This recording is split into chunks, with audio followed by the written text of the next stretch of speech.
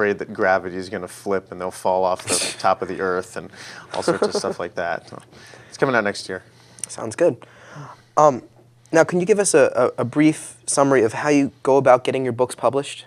Sure. Getting your books published is a process that can't really be quantified the way that being a civil engineer can, for instance. So there's no absolute definite path. That's the first thing. So you have to be able to accept change, accept hardships, and keep moving forward.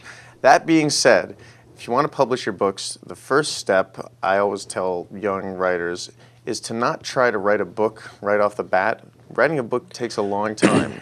It's difficult to actually sit down and get one out. It's going to take you months, and very likely you'll get frustrated and stop. I always tell people the best place to start is with short stories, with real stories about your own life. And there are a lot of outlets for stories about your life as a young person. There are alternative newspapers. That's how I got my start, writing for a weekly newspaper in New York City. Then there are all sorts of kind of youth-sponsored magazines and newspapers around the country, like Teen Inc., that are pretty good. And then there's this incredible market of, Cosmo Girl, Elle Girl, Vogue Chick, whatever the rest of them are called, Teen People. They use a lot of content that's actually generated by young people. So I say you start with real stories and short stories and try and build your writing skills that way.